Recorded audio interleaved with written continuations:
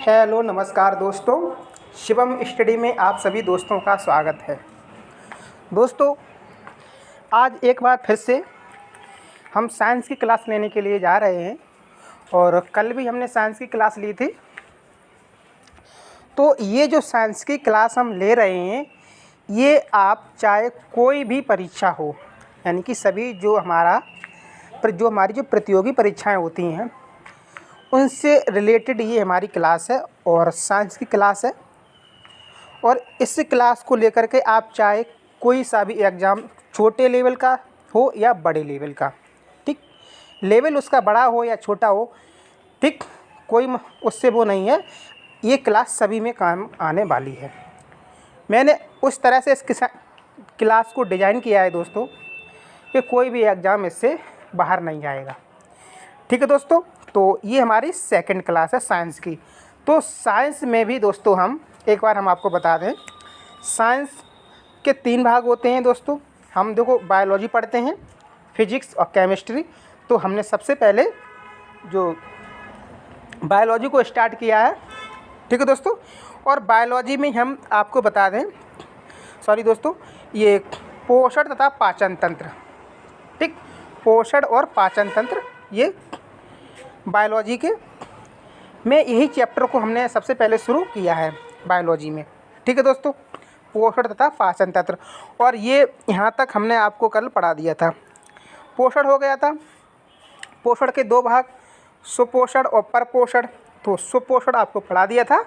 और दोस्तों आज हम पढ़ाएंगे आपको परपोषण। कौन सा? परपोषण। ठीक है दोस्तों, एक बार हम आपको रिवाइज करवा दें कि देखो सुपोषण किसे कहते हैं? जो भी जीव जंतु या जो भी जीव अपना भोजन स्वयं बनाते हैं, ठीक, जो भी जीव हैं और जो अपना भोजन स्वयं बनाते हैं, उसी को हम उन जीवों को सुपोषी कहते हैं तथा यह क्रिया सुपोषण कहलाती है। ये हमने कल पढ़ा था। और प्रकाश संश्लेषण का, जैसे कि दोस्तों सभी हमारे हरे पौधे, ठीक, सभी हरे पौधे ये अपना भोजन स्वयं बनाते हैं और हम लोग सभी इन्हीं पेड़ पौधे पर डिपेंड हैं दोस्तों। ठीक है, प्रत्यक्ष या अप्रत्यक्ष रूप से हम लोग इन्हीं से ऊर्जा ग्रहण करते हैं। हम अपना भोजन खुद नहीं बना पाते हैं, हम क्या करते हैं, हम ग्रहण करते हैं, इनसे पेड़ पौधों से लेते हैं। तो हम भाई वो सुपोषी और हम परपोषी। तो आज हम परपोषी के बारे में पढ़ने के लिए जा रहे हैं। और प्रकाश संश्लेषण का जो रिएक्शन था वो हमने आपको कल बहुत अच्छे से समझा दिया। दोस्तों आज हम परपोषण के बारे में आपको बताएंगे। और इससे पहले दोस्तों, अगर हमारे इस वीडियो में आप लोग नए जुड़े हों तो प्लीज़ दोस्तों इस वीडियो को लाइक कीजिएगा और हमारे चैनल को सब्सक्राइब कीजिएगा और ये वीडियो अपने दोस्तों तक शेयर कर दीजिएगा। आप लोग अब फटाफट इतना काम कर दीजिएगा और कमेंट कीजिएगा। आपके जो भी क्वेश्चन है आप कमेंट कीजिएगा, हम बाद में कमेंट देखते हैं, फिर उसका आंसर देते हैं आप लोगों को। ठीक है दोस्तों, शुरुआत करते हैं आज की क्लास का। तो परपोषण, सुपोषण आपको समझा दिया और इसी का विपरीत परपोषण। ठीक, तो परपोषण में दोस्तों क्या है कि कुछ जीव जैसे सभी जंतु अपने भोजन का निर्माण स्वयं नहीं कर पाते हैं, अतः ये अपना भोजन प्राप्त करने के लिए पौधों पर निर्भर होते हैं, इसलिए इन्हें परपोषी जीव तथा यह प्रक्रिया है वो परपोषण कहलाती है। ठीक है दोस्तों, तो ये थी परपोषण की परिभाषा। चलो परिभाषा आप लोग लिख ली। ठीक है, हम बहुत ही आराम से आगे नहीं बढ़ेंगे, आराम से दोस्तों पढ़ाएंगे। तो परपोषण एक बार हम ऐसे ही परिभाषा की तरफ मत जाइए, आप लोग आंख बंद कीजिएगा। और परपोषण का मतलब क्या होता है? ठीक है, तो परपोषण वो जीव होते हैं जो अपने भोजन के लिए, ठीक है, वो किसी दूसरे पे डिपेंड हो अपने भोजन के लिए, वो अपना भोजन स्वयं ना बना पाएँ। देखो दोस्तों, ये नहीं होता कि हम लोग अपना हाथ से अपना खाना बना के खाते हैं दोस्तों, वो अलग बात हो गई। लेकिन वो खाना कहाँ से आया है, वो खाना हमको कहाँ से प्राप्त हुआ है, वो मेन चीज़ रखता है। तो वो खाना जो हम बनाते हैं तो दोस्तों वो कौन उसका निर्माण कौन कर रहा है? सभी पेड़ पौधे ही कर रहे हैं किसी न किसी तरह से। ठीक है दोस्तों, तो हम डिपेंड, देखो जो लोग, परपोषण का मतलब यही होता है कि जो जीव जंतु अपने भोजन के लिए दूसरों पर डिपेंड हो वो परपोषण कहलाता है। ठीक है दोस्तों, मतलब वो परपोषी कहलाते हैं और यह जो प्रक्रिया है वो परपोषण कहलाती है। अब परपोषण निम्न प्रकार का होता है। आइएगा देखते हैं कि परपोषण कितने प्रकार का होता है, बारी बारी से हम आपको इसमें पढ़ाते हैं। दोस्तों बहुत ही आराम से हम पढ़ाएंगे आपको, कोई जल्दबाजी नहीं है, बहुत आराम से, चाहे क्लास कितने भी बन जाए कोई दिक्कत नहीं। आज दूसरी क्लास है साइंस की हमारी और आप लोगों के बस समझ में आना चाहिए। ठीक है दोस्तों, अब देखो परपोषण की बात कर रहे हैं दोस्तों, तो आप लोग क्या करेंगे, पहले कॉलम बनाएं, 3 कॉलम बनाएंगे। 3 कॉलम बनाने के बाद एक कॉलम में परपोषण के प्रकार, फर्स्ट कॉलम में, ठीक, ये वाला कॉलम है फर्स्ट, इसमें परपोषण के प्रकार और ये परपोषण किस पे निर्भर करता है, ठीक है, ये डिपेंड किस पे है, ये निर्भरता। दूसरा कॉलम है निर्भरता और तीसरे में हम एग्जाम्पल लेंगे कि कौन कौन से जीव किस पर डिपेंड हैं अपने भोजन के लिए। ठीक है दोस्तों, तो आप लोग फटाफट ये कॉलम बना लीजिएगा। अब हम नंबर 1 पे आते हैं दोस्तों, शाकाहारी। ठीक, जो शाकाहारी जीव हैं, हम परपोषण में फर्स्ट नंबर है शाकाहारी, और ये शाकाहारी जीव हैं वो किन पर निर्भर रहते हैं, तो शाकाहारी जीव वे किस पे, पौधों पर। ठीक है दोस्तों, आगे इस पे लिखा है अगला निर्भरता पौधों पर। और कौन कौन से जीव हैं वो, खरगोश, हिरन, बकरी और भेड़। ठीक है दोस्तों, तो ये सब शाकाहारी जीव के उदाहरण हैं दोस्तों। ये यही मतलब एग्जाम्पल पूछे जाते हैं। ठीक है दोस्तों, एग्जाम्पल पूछे जाते हैं और ये चैप्टर बहुत ही इम्पोर्टेंट चैप्टर है। जब आप एग्ज़ाम देने के लिए जाएंगे तो आपको मालूम पड़ जाएगा इसकी इम्पोर्टेंटता क्या है। तो दोस्तों हम पहले से ही आपको बता दें कि आप लोग बहुत ही ध्यान से इसको सुनना। सेकंड नंबर पॉइंट दोस्तों हमारा आता है मांसाहारी जीव। शाकाहारी तो पढ़ा दिया हमने भाई, शाकाहारी जीव वही हैं जो पेड़ पौधे पे निर्भर रहते हैं, शाकाहारी कहलाते हैं। ठीक, हमारा खरगोश, हिरन, बकरी, भेड़ ये सब शाकाहारी है ना, ये पेड़ पौधे खाते हैं, ये घास फूस। सेकंड नंबर पे आते हैं मांसाहारी। ठीक है, मांसाहारी, टेंशन मतलब हम आपको भी गिनाएंगे कि आप किस में आते हो। ठीक है दोस्तों, आप लोगों को भी मालूम है कि आप किसके अंतर्गत आते हैं। तो मांसाहारी में जाते हैं हम। तो मांसाहारी जंतुओं ये हैं वो किस पे निर्भर रहते हैं, तो ये जंतुओं के मांस पर, किस पे, जंतुओं के मांस पर निर्भर रहते हैं। और उदाहरण में दोस्तों आगे इसमें आइएगा, तो शेर, चीता, बाघ। ठीक भाई, शेर है, चीता है, बाघ है, ये किस पे, ये जंतुओं को ही मार के खाते हैं ना, तो ये यानी कि जंतुओं के मांस पे निर्भर रहते हैं, इसलिए ये मांसाहारी कहलाते हैं। अब बात आते हैं सर्वाहारी की। अब आप लोगों की बारी है, हम ठीक है दोस्तों, तो सर्वाहारी यानी कि वे जीव जो ये किस पे निर्भर रहते हैं, ये पौधों तथा मांस दोनों पर। ठीक है दोस्तों, तीसरा पॉइंट आप लोगों को दिख रहा है। और तो पौधों तथा मांस दोनों पर ये निर्भर रहते हैं। कौन, सर्वाहारी। और कौन कौन है देखो सर्वाहारी में, मनुष्य है, कॉकरोच, बतख और एक दोस्तों चींटी और है। चींटी अगर आप रोटी डाल दोगे तो वो भी खा लेगी, कोई मांस का टुकड़ा होगा दोस्तों उसमें भी लग जाएगी, तो भाई वो सर्वाहारी हुई ना। ठीक है, तो इसके उदाहरण चींटी भी आएगी सर्वाहारी में, और आप लोग भी इसी के अंतर्गत हो। ठीक है, हम ये नहीं कह रहे कि सभी लोग हैं, लेकिन मनुष्य को इसी की श्रेणी में रखा गया है दोस्तों, क्योंकि अगर एग्ज़ाम में दोस्तों अगर मनुष्य आया कि किसके अंतर्गत आता है ये, तो दोस्तों आपको सर्वाहारी ऑप्शन टिक करना पड़ेगा। नहीं मानते हैं बहुत से भाई बहन ऐसे हैं वो मतलब मांस मछली ये नहीं खाते हैं, हम भी नहीं खाते हैं, तो इसका मतलब ये नहीं कि हम शाकाहारी में पहुंच जाएं। ठीक है दोस्तों, शाकाहारी में हम नहीं पहुंचेंगे, क्योंकि जो साइंस में लिखा हुआ है हमको वही ऑप्शन टिक करना है। अगर हम शाकाहारी ऑप्शन लगा के आ गए तो हमारा 1/3 चला जाएगा, ठीक है, माइनस हो जाएगा। तो इसलिए आपको सर्वाहारी ही ऑप्शन टिक करना होगा। ठीक है दोस्तों, कुछ लोग तो सोच रहे होंगे कि सर पता नहीं क्या बता रहे हैं, लेकिन ऐसी कुछ बात नहीं है, जो है रियल में वो हम बता रहे हैं। अब हम 4 नंबर पे जाते हैं दोस्तों, अपर्दाहारी। इम्पोर्टेंट, थोड़ा इसको बड़ा करते हैं, जूम करते हैं। ठीक दोस्तों, 4 नंबर पे अपर्दाहारी। ठीक, अपर्दाहारी बहुत ही इम्पोर्टेंट है। इसके उदाहरण कई एग्जामों में, अलग अलग एग्जामों में इसके उदाहरण पूछे गए हैं। तो अपर्दाहारी हैं और इनकी जो निर्भरता है दोस्तों अपर्दाहारी की, ये मृदा में उपस्थित कार्बनिक पदार्थों पर, ठीक है, जो मिट्टी में जो रहते हैं ना, ठीक है, तो इनमें जो कार्बनिक पदार्थ हमारे मिट्टी में होते हैं वो उन्हीं को खाते हैं, ठीक है, उनका भोजन वही है। तो उसको हम क्या बोलते हैं, अपर्दाहारी। और इसके अंतर्गत दोस्तों क्या आता है, इसके अंतर्गत केंचुआ हो गया और दीमक हो गई।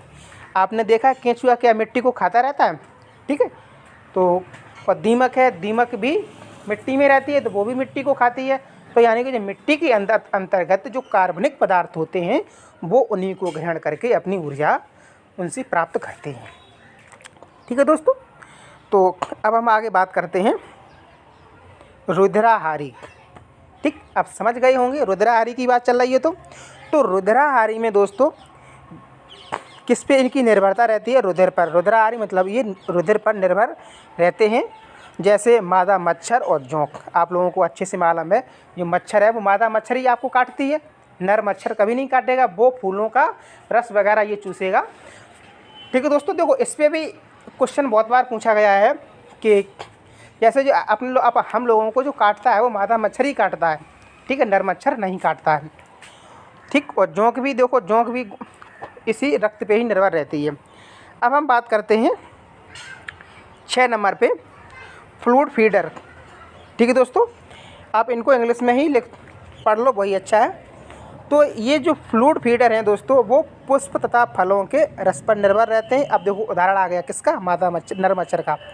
तो ये किस पे निर्भर कौन रहता है इन पे, नर मच्छर और तितली। कौन कौन, नर मच्छर, तितली और मधुमक्खी। आप लोग अच्छे से जानते हैं कि जो मधुमक्खी है अपना रस का जो चयन करती है वो जो फूलों के जो परागकण होते हैं उन्हीं से वो रस निकालती है, ठीक है दोस्तों। तो इसमें ये आ जाएगा। अब हम कैनिबल्स, इम्पोर्टेंट दोस्तों कैनिबल्स वाला, ठीक है, जो कैनिबल्स हमारा जो उदाहरण है वो बहुत ही इम्पोर्टेंट उदाहरण है। अब कैनिबल्स के अंतर्गत कौन से आते हैं, स्वयं के प्रजाति के अन्य छोटे जंतु पर। कैनिबल्स का मतलब यही होता है कि जैसे प्रजाति तो उनकी वही रहेगी लेकिन वे अपने से छोटे जंतुओं को खा जाते हैं अपनी ही प्रजाति की, जैसे सांप और बिच्छू, ठीक है दोस्तों। बिच्छू है, बड़ा बिच्छू छोटे बिच्छू को खा जाएगा, ठीक है। और देखो दोस्तों एक क्वेश्चन शायद आप लोगों को जानते होंगे और ना जानते हो, तो हम एक क्वेश्चन आपको मतलब कर रहे हैं आपसे, और हमारे बताने से पहले आप कमेंट बॉक्स में मुझे आंसर दीजिएगा कि ऐसा कौन सा जीव है, ऐसा कौन सा जीव है जो अपनी माँ को नहीं देख पाता है, पैदा होने के बाद वो अपनी माँ को नहीं देख पाता है, ऐसा कौन सा जीव है। प्लीज़ दोस्तों कमेंट बॉक्स में फटाफट मुझे आंसर दीजिएगा। हम 1 सेकंड रुकते हैं, उसके बाद हम आपको बताते हैं, ठीक है दोस्तों। तो कैनिबल्स ये हो गया। तो कैनिबल्स के अंतर्गत सांप बिच्छू ये आते हैं और कीट बच्छी पौधे, ठीक। अब हम बात करते हैं कीट बच्छी की। भाई कीट बच्छी तो कीटों पर निर्भर रहते हैं, जैसे मेढक, छिपकली, ये कीट बच्छी हो गए। अब देखो मृतोपजीवी 9 नंबर, ये इंपॉर्टेंट पॉइंट है दोस्तों, ठीक। मृतोपजीवी यानी कि जो मृतोपजीवी को ही हम दोस्तों अपघटक बोलते हैं। क्या बोलते हैं इसे, अपघटक। ये बहुत ही क्वेश्चन एग्जाम में इंपॉर्टेंट दोस्तों, इसे आप लगा लो, मृतोपजीवी। इसे ये बहुत अलग अलग परीक्षाओं में पूछा गया क्वेश्चन है ये, ठीक। इसके एग्जाम्पल दोस्तों पूछे जाते हैं इनके, ठीक है। मृतोपजीवी इन्हीं को हम अपघटक कहते हैं, यानी कि ये किस पे निर्भर रहते हैं, सड़े गले मृत जंतु या पौधों के शरीर पर, ठीक। जैसे जीवाणु और कवक। ये जीवाणु और कवक दोस्तों हम आपको बता नहीं सकते हैं, ये बहुत ही इम्पोर्टेंट एग्जाम्पल हैं किसके, मृतोपजीवी या अपघटक के, ठीक है दोस्तों। अब क्वेश्चन ऐसे पूछा जाएगा कि अपघटक उदाहरण है किसका, ठीक है, मतलब अपघटक के उदाहरण हैं, और या ऐसे पूछे कवक किसका उदाहरण है, इस तरह से, और जीवाणु किसका उदाहरण है, तो इन्हीं को। ठीक है दोस्तों, अब नोट पे आते हैं। और इससे पहले आप लोग इंतज़ार कर रहे होंगे कि मेरा इसका आंसर क्या है। जो हमने आपको बताया है, ऐसा कौन सा जीव है जो पैदा होने के बाद अपनी माँ को नहीं देख पाता है, तो वो है दोस्तों बिच्छू। ठीक है, बिच्छू जैसे ही बच्चे उसके पैदा होते हैं तो वो अपने जो बच्चे होते हैं वो अपनी माँ की पीठ पे बैठ जाते हैं और बस अपनी माँ को ही खाने स्टार्ट कर देते हैं, उसी को खाते हैं और वो अपना प्राण त्याग देती है। ठीक है दोस्तों, तो आंसर हमारा बिच्छू हो जाएगा। ये क्वेश्चन एग्जाम में पूछा गया क्वेश्चन है। ठीक है दोस्तों, इसलिए हमने आपको यहाँ बता दिया, कोई फालतू का हम क्वेश्चन नहीं आपको बताएंगे। नोट में आइएगा दोस्तों। नोट में क्या लिखा हुआ है? नोट में है कॉपरोफेगी। ठीक, कॉपरोफेगी। इसका मतलब इसमें दोस्तों इसका मतलब क्या है कॉपरोफेगी का? जो खरगोश होता है दोस्तों, तो खरगोश का जो आहार नाल इतना छोटा होता है कि यह एक बार में सेलुलोज का पाचन नहीं कर पाता है। ठीक है दोस्तों, सेलुलोज भाई घास फूस खाता है ना, तो वो सेलुलोज ही होता है उसका। ठीक है, तो उस सेलुलोज का पाचन एक बार में खरगोश नहीं कर पाता है, क्योंकि उसका आहार नाल बहुत ही छोटा होता है। तो दोस्तों ये क्या करता है, अतः यह अपने मल को पुनः खा लेता है। ठीक है दोस्तों, तो और यह घटना कॉपरोफेगी कहलाती है। ठीक है दोस्तों, आप लोग समझ चुके होंगे इसको। अब हम पढ़ाते हैं युगलीना को। वेरी इंपॉर्टेंट पॉइंट है युगलीना, आप लोग भी इसको डाल दें। तो युगलीना क्या है? पादप तथा जंतु के बीच एक संयोजक कड़ी है। ठीक है, क्वेश्चन ऐसे पूछा जाएगा कि पादपों और जंतुओं के बीच संयोजक कड़ी है, तो युगलीना। ठीक, युगलीना है पादप तथा जंतुओं के बीच संयोजक कड़ी। ठीक है, अब ये जंतु क्यों है और ये पादप क्यों है? इसमें दोनों के गुण पाए जाते हैं, इसलिए ये दोनों के बीच की कड़ी बताया गया है। आइएगा देखते हैं। तो ये जंतु है युगलीना क्यों? क्योंकि जंतु है किस लिए? क्योंकि इसमें कोशिका भित्ति नहीं पाई जाती है। देखो कोशिका भित्ति आगे हम ये भी आपको पढ़ाएंगे। कोशिका भित्ति पौधों में पाई जाती है, जंतुओं में नहीं पाई जाती है। तो इसमें कोशिका भित्ति नहीं पाई जाती है, इसलिए ये जंतु है। सेकंड ऑप्शन हमारा है पादप है, क्योंकि इसमें क्लोरोफिल पाया जाता है। भाई पेड़ पौधों में जो पत्तियों में क्लोरोफिल पाया जाता है, तो अगर क्लोरोफिल है तो इसलिए ये पौधों में चला गया।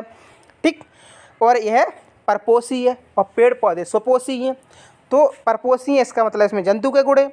ठीक है, तो दोस्तों इस तरह से इसमें जंतु के और पौधों के दोनों के गुण सम्मिलित हैं, इसलिए युगलीना को पादप तथा जंतु के बीच की संयोजक कड़ी कहा जाता है। वेरी इंपॉर्टेंट क्वेश्चन है ये। ठीक है दोस्तों, पॉइंट है ये, हर एक एग्जाम में देखा, काफ़ी एग्जाम में ये अलग अलग तरह से पूछा गया क्वेश्चन है। तो दोस्तों आज की वीडियो में बस इतना ही रखते हैं। हम थोड़ा थोड़ा करके पढ़ाएंगे, आप लोगों के ऊपर भार नहीं डालेंगे, क्योंकि पढ़ने के लिए आपके पास बहुत कुछ है। हम देखो साइंस में वो चीज़ पढ़ा रहे हैं जहाँ से आपका 70% पोर्शन कवर होता है। ठीक है, तो बाकी का 30% है, तो 70% कवर दोस्तों हमारा जो बायोलॉजी करती है, और 15% फिजिक्स और 15% आपका केमिस्ट्री करती है। तो हमने सबसे बड़ा पोर्शन लिया है, और ये धीरे धीरे करके हम कंटिन्यू क्लासें आपको हमारे इस चैनल पे मिलेंगी। इसके लिए आप लोग हर एक वीडियो को देखने के लिए हमारे इस यूट्यूब चैनल को, शिवम स्टडी चैनल को आप सब्सक्राइब कीजिएगा, वीडियो को लाइक करके शेयर कीजिएगा। ठीक है दोस्तों, और शिवम स्टडी परिवार को दोस्तों बड़ा से बड़ा कीजिएगा। आप लोगों का ही दोस्तों चैनल है ये, 18,000 लोग हमसे जुड़ चुके हैं दोस्तों, आप लोग भी जुड़िएगा। ठीक है, कुछ तो उनको अच्छा लगा होगा तब वो हमसे जुड़े। तो मिलते हैं गाइस नेक्स्ट वीडियो में, तब तक के लिए love you guys, thank you, धन्यवाद।